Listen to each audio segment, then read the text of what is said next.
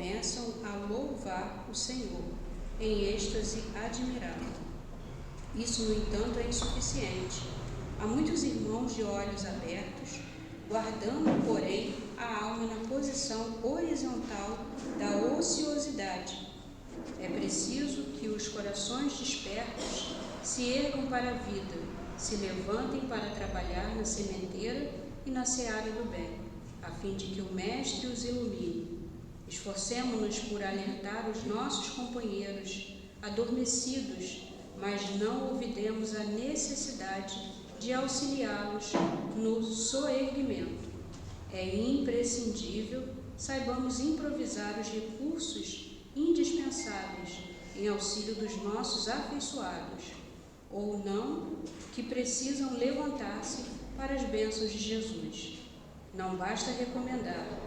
Quem receita serviço e virtude ao próximo, sem antes preparar-lhes o entendimento como espírito de fraternidade, identifica-se como um instrutor exigente que reclama do aluno integral conhecimento acerca do determinado e valioso livro, sem antes ensiná-lo a ler.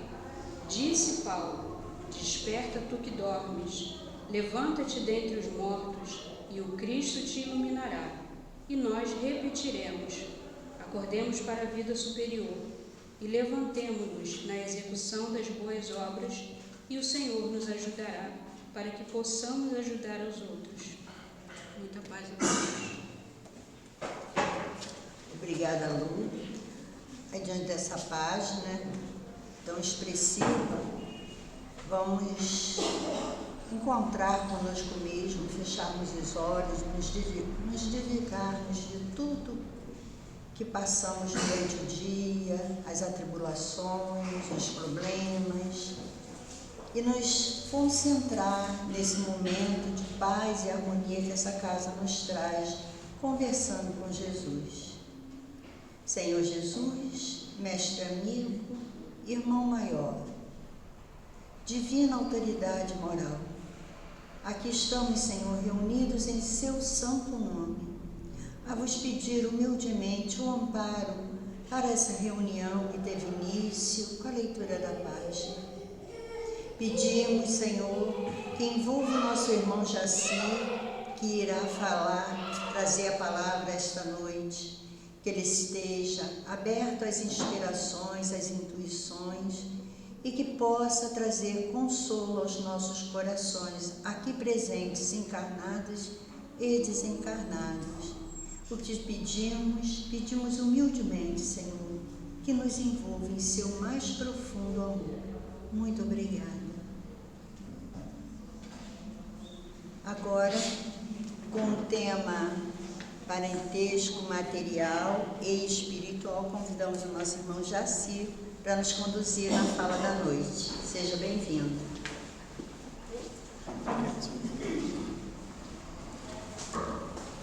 Boa noite a todos. A gente começa pedindo a Jesus para envolvermos, a todos nós, para o entendimento do tema da noite de hoje. O título do Evangelho é Parentela Corporal e Parentela Espiritual. Está no capítulo 14, item 8 do Evangelho segundo o Espiritismo, e nós também encontramos no Livro dos Espíritos questões que falam e que tratam da nossa parentela. E aí, antes da gente começar a falar sobre o que está no Evangelho, a gente vai lembrar. Por que lembrar?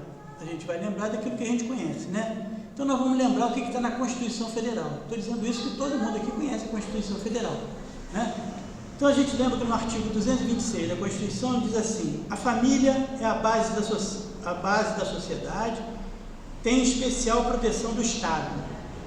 Então a Constituição já está dizendo que a família é a base da sociedade. Logo, uma sociedade estruturada vem de famílias estruturadas. Se nós temos uma sociedade desestruturada, é porque a nossa família está desestruturada. Então não adianta a gente colocar a responsabilidade do Estado, e aí quando a gente fala Estado, é Estado, município, e governo federal por uma coisa que está acontecendo na sociedade, se a responsabilidade não é exatamente do Estado, é nossa. Se a família é o primeiro núcleo social, e se o núcleo social primeiro está doente, a sociedade está doente, né? A gente fala isso, que é para que a gente comece a assumir as responsabilidades da nossa vida, né? Em relação a tudo. E aí no parágrafo 3º desse artigo diz assim: para efeitos de proteção do Estado, é reconhecida a união estável entre o homem e a mulher como entidade familiar, devendo a lei facilitar a sua conversão em casamento. E aí a gente faz uma crítica. Olha só, entidade familiar entre o homem e a mulher, a Constituição é de 88. Isso já mudou. As famílias hoje já são diferentes, porque existe família sem homem e sem mulher, não é? Existem homens que resolvem criar filhos, crianças, e ali é um núcleo familiar, sem uma mulher. Existem mulheres que criam seus filhos sozinhas, sem um homem. Então ali nós temos um núcleo familiar também, né? Então a gente vai ver que a Constituição está atrasada em relação a isso. E aí ele diz, devendo a lei facilitar sua conversão em casamento. Por quê? Que a lei tem que fazer uma conversão para casamento? Não, devendo a lei facilitar o registro dessa união. Tudo bem, né? E aí ele prossegue dizendo assim no parágrafo 5º: os direitos e deveres referentes à sociedade conjugal são exercidos igualmente pelo homem e pela mulher, mostrando que não existe diferença. E isso foi um avanço, porque até bem pouco tempo o homem tinha poder sobre a unidade familiar, né? E a Constituição vem e nivela, iguala homem e mulher como sendo os dois responsáveis por aquele núcleo familiar, né? Avanço por quê? Porque a mulher era subordinada, a mulher não tinha voz. Quem tinha voz exclusivamente era o homem, né? E aí a gente vai ver o que a parentela é o conjunto dos parentes, né? Daquele núcleo familiar. E quem são os parentes? A gente trouxe um gráfico, ia até projetar na tela, mas para facilitar a gente resolveu não fazer isso. Gente, a gente fala assim: ah, João é meu primo de primeiro grau. Não existe primo de primeiro grau, tá? Por que que não existe? Porque a gente, para saber o grau de parentesco, a gente tem que ir ao parente comum. Então, eu vou ao meu pai, 1 grau, eu vou ao meu avô, 2º grau, eu desço para o meu tio, o 3º grau, e eu chego no meu primo, o 4º grau. Percebe? Cada elo de ligação entre um parente e outro forma 1 grau de parentesco. Então, os primos, que nós chamamos de primos de primeiro grau, são primos de 4º grau. O irmão, ele é parente de 2º grau, porque eu vou de mim até meu pai e desço até meu irmão. Meu irmão é meu parente colateral, está do meu lado, mais do 2º grau. E para baixo também, né? Filho, neto, etc e tal. São os descendentes. E aí, isso pode ser em linha reta ou em linha colateral. E temos também os parentes por afinidade. Quem são os parentes por afinidade? Os parentes por afinidade são os ascendentes, descendentes dos cônjuges, né? E também os enteados, filhos, primos, né? São essas pessoas. Sogro, sogra. E aí, gente, a lei diz que parente por afinidade não se desfaz. Parentesco por afinidade não se desfaz. Então, toda vez que a gente fala meu ex-sogro, ex-sogra, não existe. Não ri, não. A gente tem que escolher, porque vai carregar para sempre. Entendeu? Vai ser sogra para sempre, vai ser sogro para sempre. Não tem jeito, né? Vai ser sempre. Sogro vai ser sempre. Cunhado vai ser sempre. Cunhado também. Meu ex-cunhado. É seu cunhado. E não adianta, né? A gente dizer que é ex. Não, mas eu digo que é ex porque eu escolhi que seja ex. Não, você escolheu, mas a lei diz que é. Não adianta, então muda a lei. Porque se não mudar a lei, tem que respeitar, né? E aí, chegando mais para perto do que a gente pretende, tem no artigo 229 o seguinte: os pais têm o dever de assistir, criar e educar seus filhos. Os filhos menores e os filhos maiores têm o dever de ajudar, amparar os pais na velhice, carência ou enfermidade. Olha só, os pais têm o dever de assistir, criar e educar os filhos menores, tá? É dever dos pais criar, educar e assistir. E aí nós vamos entrar num terreno delicado, porque quando fala criar e educar, educar é orientar, né? E o que hoje está acontecendo é, em muitas vezes, em determinados núcleos, o pai ou a mãe ou os pais têm dificuldade de exercitar este poder que existe em relação aos filhos. Não quer contrariar. E quando não quer contrariar, deixa de educar. Porque para educar, muitas das vezes é preciso contrariar. Ou não é? É. O filho quer de uma determinada coisa que não vai ser boa para ele. O que eu faço? Eu dou? Não. Se eu sei que não vai ser bom, eu não devo dar. Ah, mas ele vai ficar falando no meu ouvido, então eu prefiro dar para me livrar. Ah, legal. Então você não está educando. Porque você não está ensinando o seu filho a receber um não. Seu filho está sendo criado só recebendo sim. E aí, quando vai para a sociedade não diz sim para tudo. A sociedade diz um monte de não. E uma das razões, e são várias, de haver muita morte de mulher é porque os filhos homens não aprenderam a ouvir o não. E nas relações entre os casais, quando houve um não, ele se revolta e não sabe lidar com aquela frustração. E aí o que ele faz? Mata quem disse não para ele, porque ninguém pode dizer não para ele. Ele não acostumou, ele não aprendeu a ouvir não. Como é que ela pensa que vai dizer não para mim? Não. E aí ele elimina. Essa é uma das razões, mas existem outras, né? E no Código Civil, olha só, hein? Isso que a gente está trazendo aqui, gente, é a legislação. E por que a gente abriu essa fala com a legislação?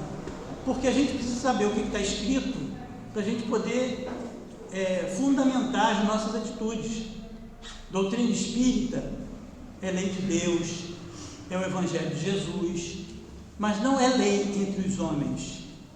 Ninguém recebe uma punição porque descumpriu o Evangelho. Ninguém recebe uma punição na justiça dos homens porque descumpriu uma lei de Deus. Mas a gente recebe uma punição se a gente descumprir a lei dos homens. Então, é preciso que a gente conheça um pouquinho da legislação dos homens, pelo menos, que é para a gente não atravessar o samba, né? E aí o artigo 1634 do Código Civil diz: compete a ambos os pais, outro avanço, qualquer que seja a sua situação conjugal, ou seja, vivendo juntos ou separados, né? O pleno exercício do poder familiar, que consiste em quanto aos filhos. Então, pais separados mantêm a obrigação e a ascendência sobre a criação e educação dos filhos. Ah, você não mora mais com a minha mãe, ou você não mora mais com meu pai, então eu não recebo ordem de você. Não, eu sou seu pai e você vai me obedecer.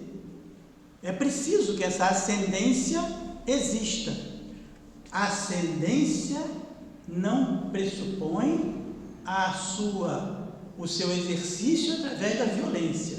Isso é outra coisa. Nós temos como exemplo Jesus, que tem ascendência moral sobre todos nós, não é? Sem que tenha exercido essa ascendência em momento algum com violência. E quando a gente se depara com alguém que tem ascendência moral, aquela palavra vira lei. Não é preciso a coerção, não é preciso ameaça, não é preciso nada. E o sistema legislativo é feito para isso, para ter ascendência sobre nós. Então, quando a gente vai na lei e descobre aquele comportamento está certo ou está errado, essa é uma ascendência sobre nós. Porque se a gente descumpre, a gente recebe uma punição, né? Então vamos lá. Então compete a ambos os pais o quê? Inciso 1, dirigir-lhe a criação e a educação. Criação e a educação. Então você vai dar a educação escolar, a educação formal e vai dar a educação religiosa. Ah, meu filho não quer vir para o centro espírita. Quantos anos seu filho tem? 9 anos. Mas ele tem tanta personalidade, tem tanta vontade. Não, não tem não. Ele vai. Quando ele tiver autonomia, ele decide o que vai seguir. Mas se a doutrina espírita é bom para mim, se ela é boa para mim, ela é boa para o meu filho. Então eu vou convencê-lo, vou fazer com que ele venha. Depois ele escolhe. Porque se ele optar por não estudar, a gente vai deixar? Não. Não, meu filho tem 9 anos, resolveu não ir mais para a escola. Ele disse que não vai mais estudar. Aí a gente deixa? Não, vai para a escola. Tem que estudar, tem que ter formação. Né? São questões muito delicadas, mas que a gente traz a reflexão. Porque nós somos responsáveis pela nossa parentela.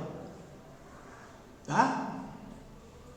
E se é parente, e se está no nosso núcleo familiar, nós temos responsabilidade. E se nós descumprirmos, não vamos prestar contas à Constituição ou ao Código Civil, mas sim a Deus, que nos confiou aquela alma.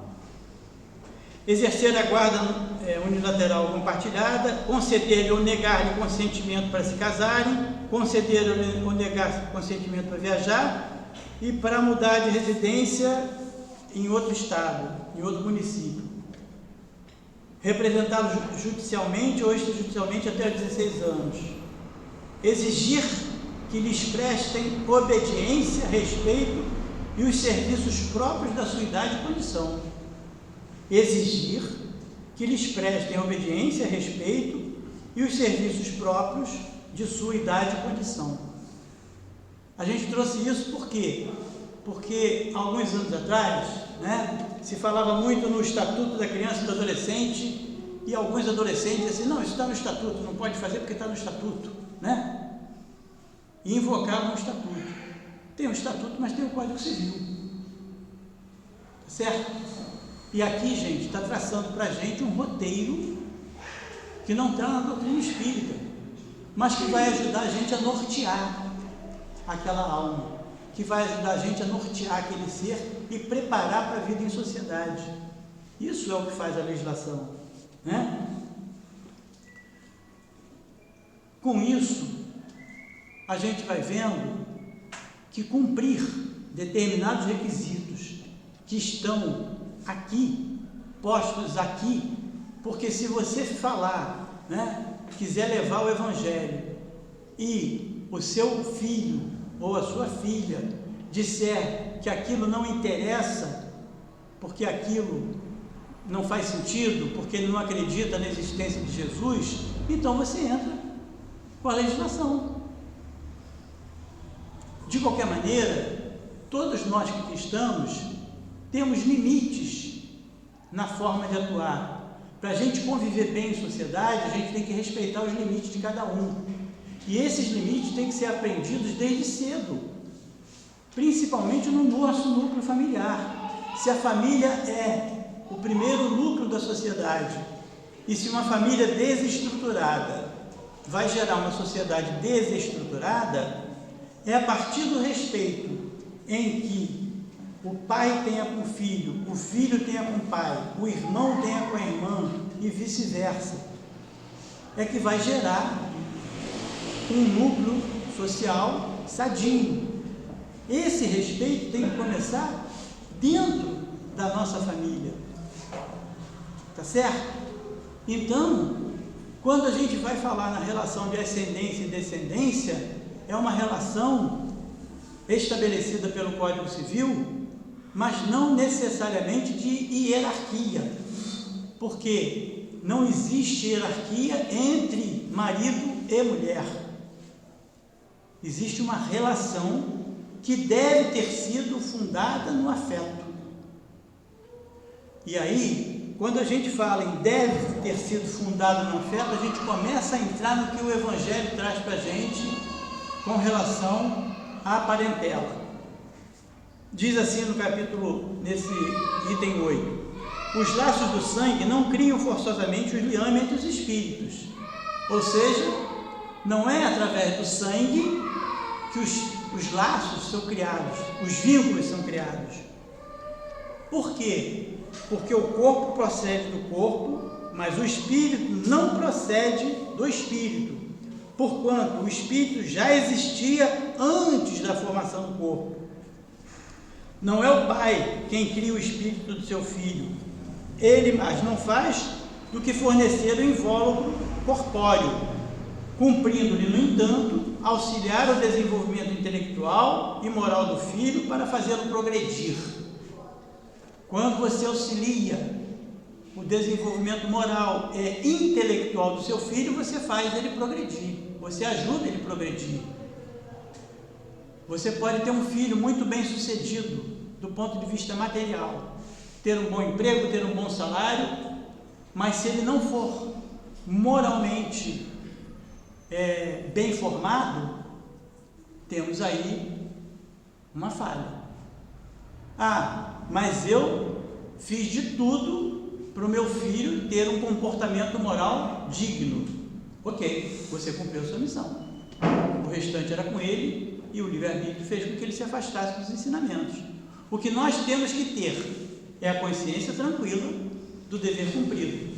E o dever cumprido pressupõe que nós fizemos de tudo para que aquela formação moral fosse robusta. Precisa trocar.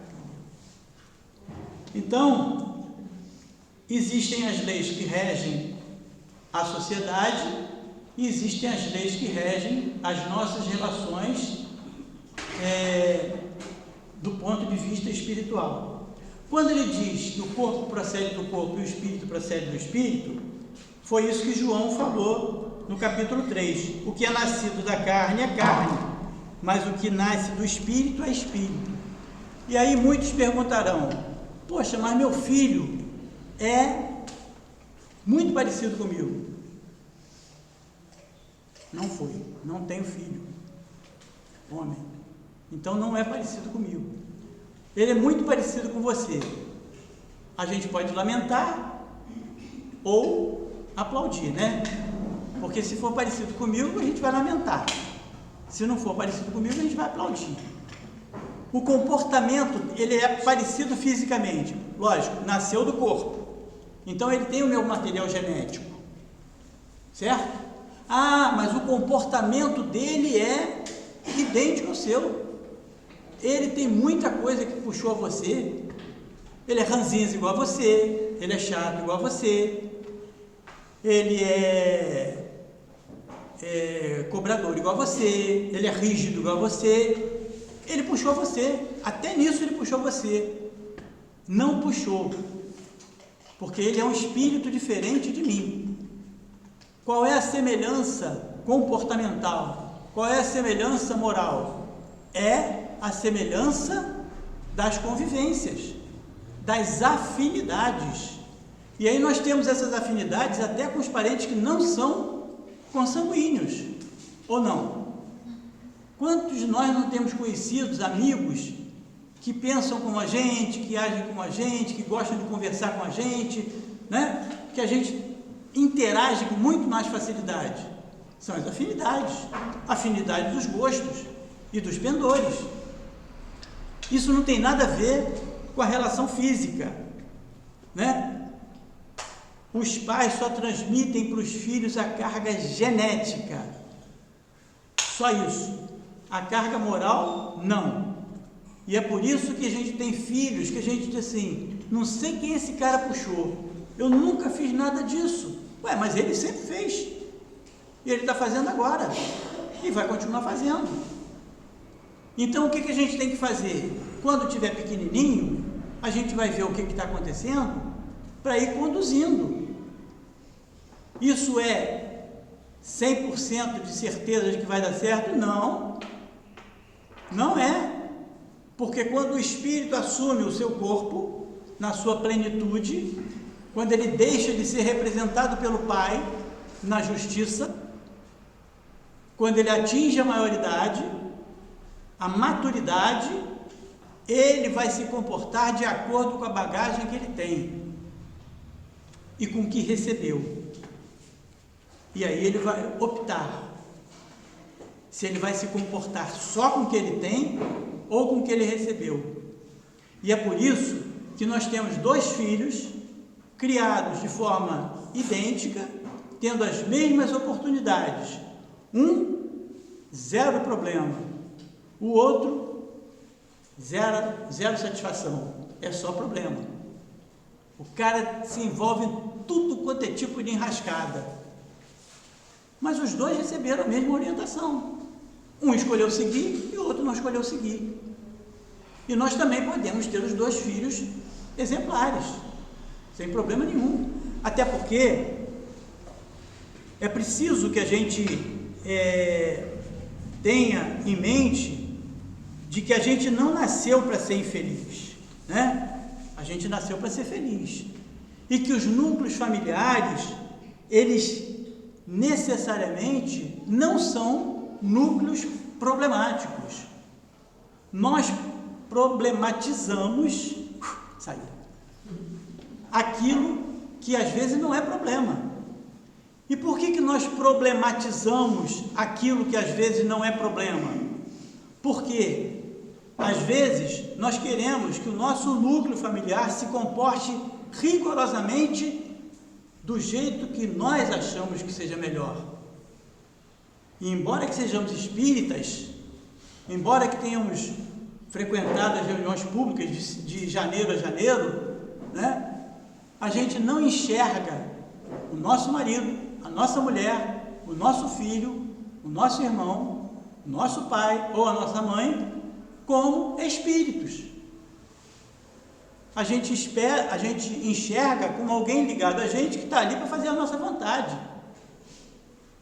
Então a gente cria determinadas dificuldades e problemas aonde não existe, porque se não faz do jeito que eu quero, não serve. E se for homem, às vezes quer exercer o poder pela força, né? Se for a mulher, às vezes pela fragilidade, né? Pela chantagem emocional, por um monte de manobras, mas de qualquer maneira, cada um vai ficar tentando conduzir de acordo com o seu próprio desejo, dando vazão ao seu egoísmo, ao seu egocentrismo, achando que só você sabe o que é melhor. E aí, quando a gente estava estudando, eu lembrei que sábado a gente estava aqui fazendo a limpeza do centro de manhã, e aí a pessoa que sempre limpa o banheiro não limpou nesse sábado porque um outro limpou. E aí esse que sempre limpa o banheiro virou para aquele que limpou nesse sábado e perguntou assim: você limpou o banheiro? E aí ele falou assim: limpei, está limpinho. Ah, legal. E aí foram fazer outra coisa. E aí eu fiquei olhando os dois, assim, legal, né? O que sempre limpa o banheiro não foi lá fiscalizar o serviço do outro. Porque quem sempre limpa o banheiro, de repente acha que limpa o banheiro melhor do que o outro, não é? E aí o outro foi limpar o banheiro, pô, deixa eu lá fiscalizar para ver se está bom. Não, não foi não. Não fiscalizou não. Olha que legal. Eu achei aquilo fantástico. Mas a gente faz isso em casa? Não faz não. Não faz não. Se alguém em casa faz alguma coisa, você vai, faz do seu jeito, ainda diz que o jeito do outro estava errado. Você não faz nada certo, faz de acordo com o que ele sabe fazer. E às vezes o jeito que ele faz está certo, só não está igual ao seu, né? Então a gente precisa ter, se a gente quer um núcleo familiar em paz, a gente precisa atentar para pequenos detalhes. Percebe? A gente vem para o centro espírita e acha que aqui está tudo bem, que aqui é uma paz, né, maravilhosa. E é. Aqui a gente não pode falar palavrão, aqui a gente não pode xingar o coleguinha, aqui a gente não pode brigar com o coleguinha, chamar o coleguinha para resolver a divergência lá fora, né? Tem um monte de comportamento que a gente adota aqui dentro que não adota lá fora. E é essa a razão pela qual a gente sente paz dentro do centro espírita, sente paz dentro da igreja católica e não sente paz no trabalho. Porque no trabalho a gente não leva desaforo para casa. Percebe? Então é só a gente se comportar em casa, porque tudo começa em casa. E aí tem aqui nesse item 8 ele diz assim: os que encarnam numa família, sobretudo com um parente próximo, são as mais das vezes espíritos simpáticos. Percebam? E aí depois, mais na frente, ele vai dizer assim: mas também podem ter parentes problemas. Podem ter parentes problemas. Mas ele começa dizendo que os que encarnam na mesma família são, as mais das vezes, espíritos simpáticos. Os parentes próximos são, as mais das vezes, espíritos simpáticos. Então é preciso que a gente pare de pensar que o nosso irmão é problemático porque ele veio de outro planeta, porque ele veio de uma zona de sofrimento. Não, cara, ele é um parente simpático, ele está ali do lado da gente. Às vezes a diferença, sabe o que é? Na encarnação passada, a gente tretava muito, fazia um monte de bobagem junto, e aí, como a gente evolui no plano espiritual também, né? A gente se modificou um pouco, voltou numa outra proposta, mas ele não. Ele ainda está no mesmo ritmo da encrenca, da confusão, né? Mas é simpático. E aí a gente vai ter que trabalhar isso, vai ter que exercitar e vai ter que dar para ele aquilo que ele não tem. Essa é a função do núcleo familiar. A gente se burilar, se melhorar, se modificar, e junto com quem está mais próximo. É mais fácil a gente se esforçar para exercitar o amor em família do que na sociedade, porque é mais fácil a gente exercitar o amor com o irmão do que com o chefe, né? O chefe pega no meu pé o tempo todo. Eu vou amar o chefe? Meu irmão pega no meu pé o tempo todo. Eu tenho que amar meu irmão. Eu vou me esforçar para isso. E vou ensinar ele. Porque com ele eu posso falar de igual para igual. Com o meu chefe eu não posso. Percebe? A gente precisa tirar do papel, do que está dentro do Evangelho, do que a gente aprende aqui, e levar para a vida da gente. Porque senão nós temos teoria e prática, e a prática está completamente divorciada da teoria, e não é assim.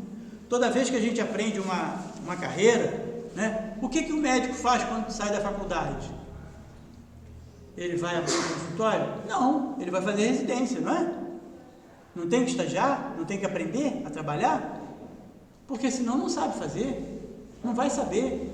E aqui, gente, a gente recebe os ensinamentos do Evangelho e pode trabalhar, pode dividir o banheiro para lavar, pode dividir o corredor para limpar, pode exercitar essa convivência fraterna aqui dentro, assim como a gente pode fazer na família, e assim como a gente pode fazer na sociedade.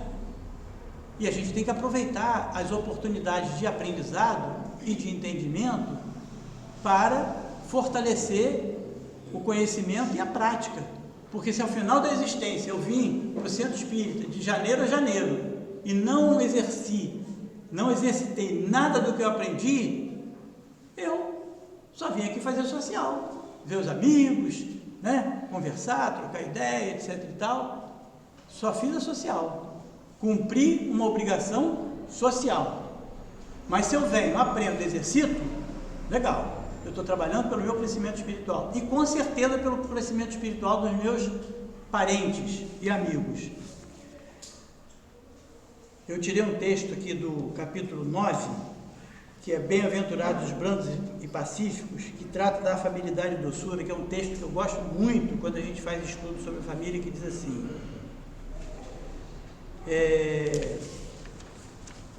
cadê? Onde é que está?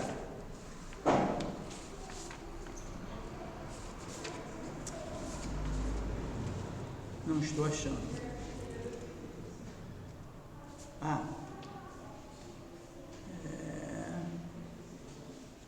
A benevolência para com os seus semelhantes, fruto do amor ao próximo, produz a afabilidade e a doçura, que lhes são as formas de manifestar-se. Entretanto, nem sempre há que se fiar nas aparências. A educação e a frequentação do mundo podem dar ao homem um verniz dessas qualidades. Quantos há cuja fingida bonomia não passa de máscara para o exterior, de uma roupagem cujo talhe primoroso dissimula as deformidades interiores. O mundo está cheio dessas criaturas que têm nos lábios o sorriso e no coração o veneno, que são brandas desde que nada as agaste, mas que mordem a menor contrariedade, cuja língua de ouro, quando falam pela frente, se muda em dardo peçonhento quando estão por detrás.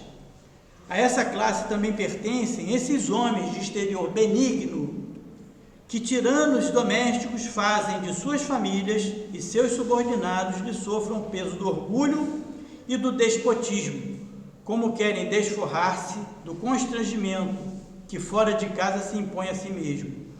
Não se atrevendo a usar a autoridade para com os estranhos, que o chamariam à ordem, acham que pelo menos devem fazer-se temidos daqueles que lhes não podem resistir.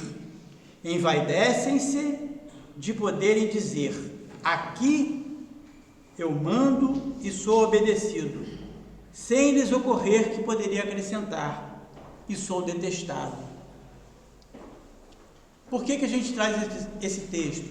Porque tem um monte de gente, a gente convive com um monte de gente assim, de fala mansa, dócil, que a gente pensa ser espírito do mais alto grau de evolução, pessoas pacíficas, boníssimas.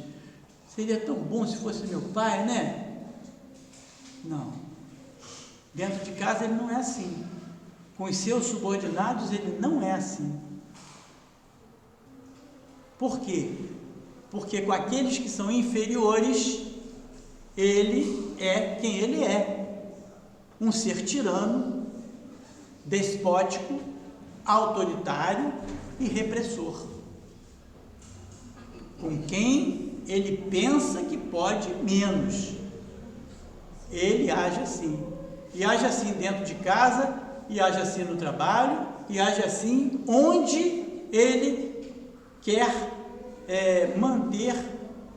manter a sua pseudo-superioridade. Percebe? Então, a gente precisa reconhecer, primeiro, que os nossos núcleos familiares são os lugares onde a gente precisa de exercitar mais o amor. Agora, exercitar o amor não significa ceder ao outro, né? E ceder naquilo que o outro tem, que não vai fazer com que a gente cresça. Eu vou ao centro hoje, aí a minha mulher ou meu marido diz: não, hoje não, está chovendo, está quente, está frio. Ah, então não vou não, vou ficar. Por quê? Eu quero ir, qual é o problema? Né? Ah, eu vou ao centro hoje, você vai comigo. Não, eu não quero ir hoje, tem um filme para assistir. Não, você vai porque você tem que ir, senão você não vai crescer espiritualmente. Ué, mas ele não quer crescer espiritualmente, gente. Deixa ele do jeito que ele quer. Percebe? Eu não tenho que fazer com que o outro cumpra a minha vontade. E também não preciso cumprir a vontade do outro. É preciso que a gente faça um acordo. Desde que o meu comportamento não vá gerar um transtorno. Por exemplo, eu vou para o centro segunda-feira, depois de lá eu vou viajar. Para onde? Não sei, eu vou viajar, vou passear, mas aí, né, o outro não vai saber para onde você vai? Vai ficar preocupado, né? Então, viver não é difícil, nós dificultamos, e quando a gente dificulta, a gente se afasta das leis de Deus, que são leis fáceis. Por exemplo, Jesus não disse para a gente fazer ao outro aquilo que nós gostaríamos que o outro nos fizesse? Então, antes de fazer, vamos pensar. Eu gostaria que Patrícia fizesse isso comigo? Não. Então não vou fazer com Patrícia. Eu adoraria que Sônia fizesse isso comigo, então eu vou fazer com Sônia. É simples. Não é impor, é se colocar no lugar do outro. E é isso que a gente precisa fazer. É respeitar. E é respeitar o filho. Respeitar o filho quando é criança, quando é adolescente e quando é adulto. Mas é educar quando é criança, quando é adolescente e quando é adulto.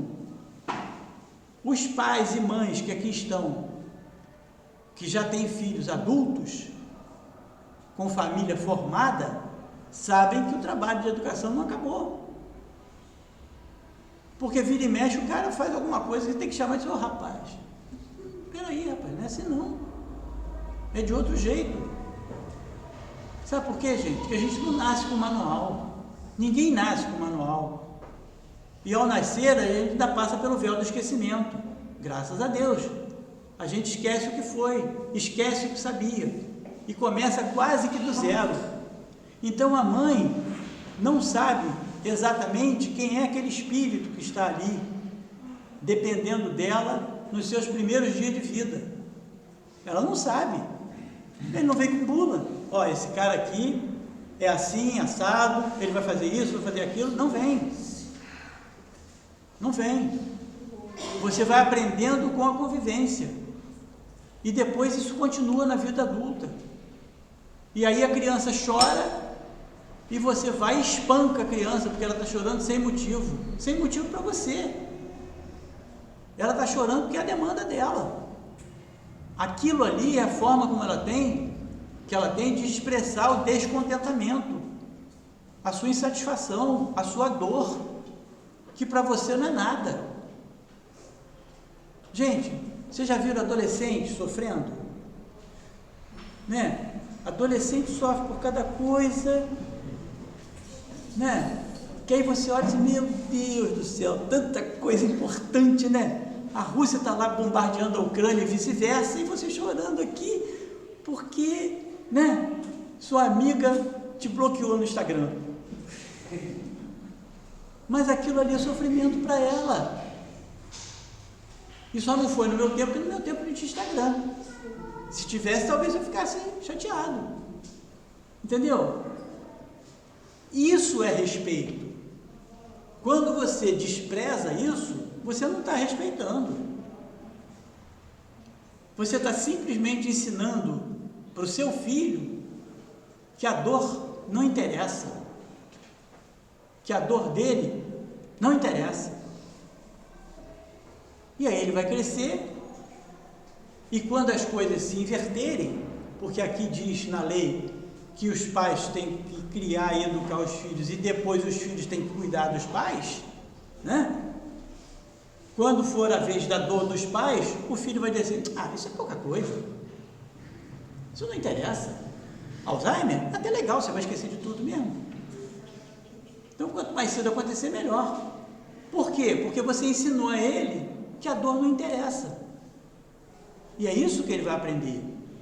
É isso que vai gravar quando você menosprezou a dor dele. Ou não é? É. Se você que está ali na condição de educador, se você é o reflexo, né? Se ele vai ser o seu reflexo, e você é o exemplo para ele.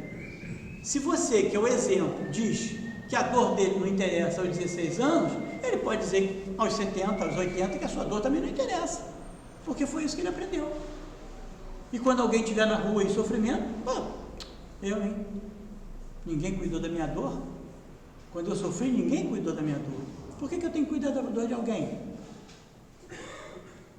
Gente, eu passei por uma experiência na década de 80.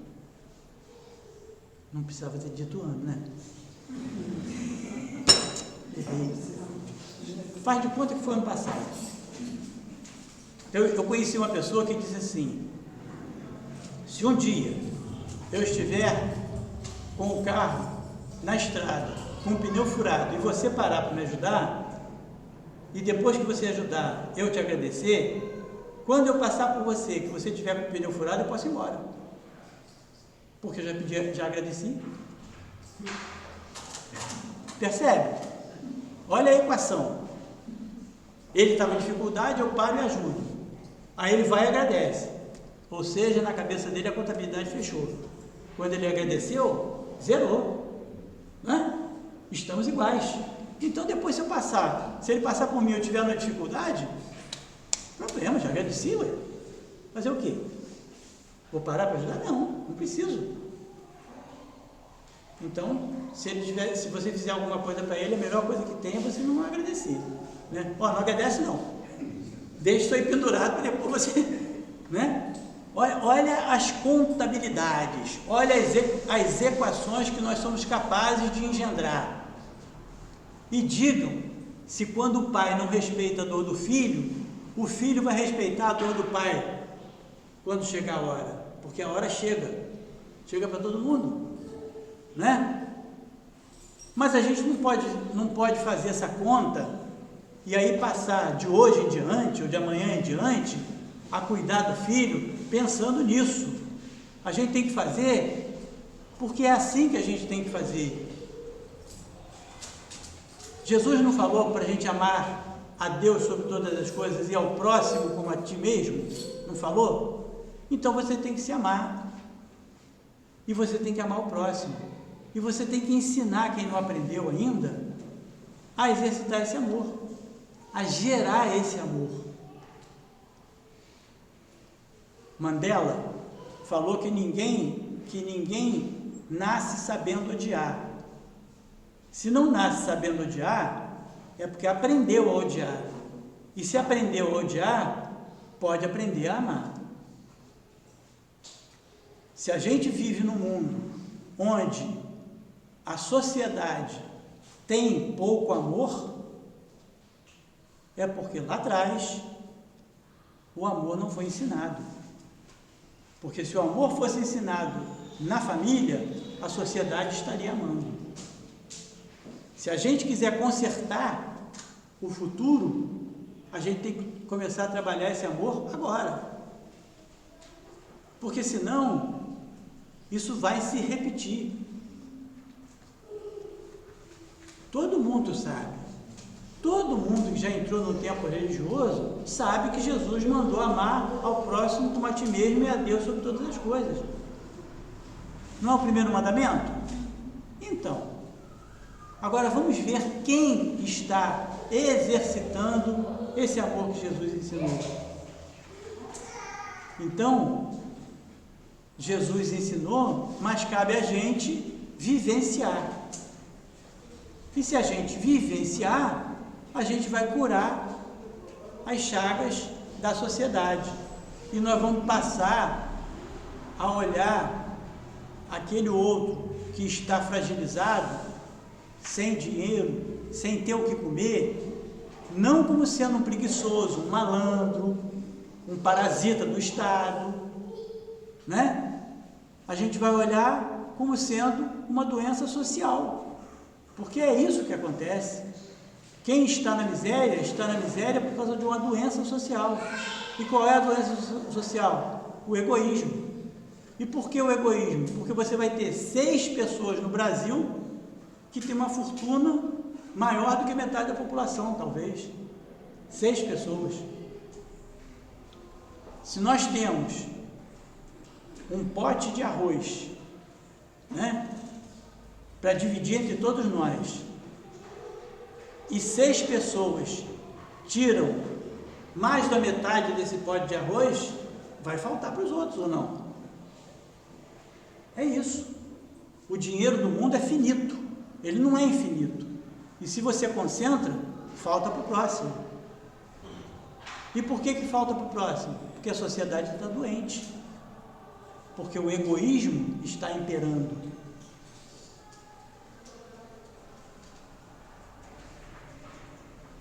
Vamos cuidar da nossa parentela, daqueles que estão ali vivendo conosco, no nosso núcleo familiar.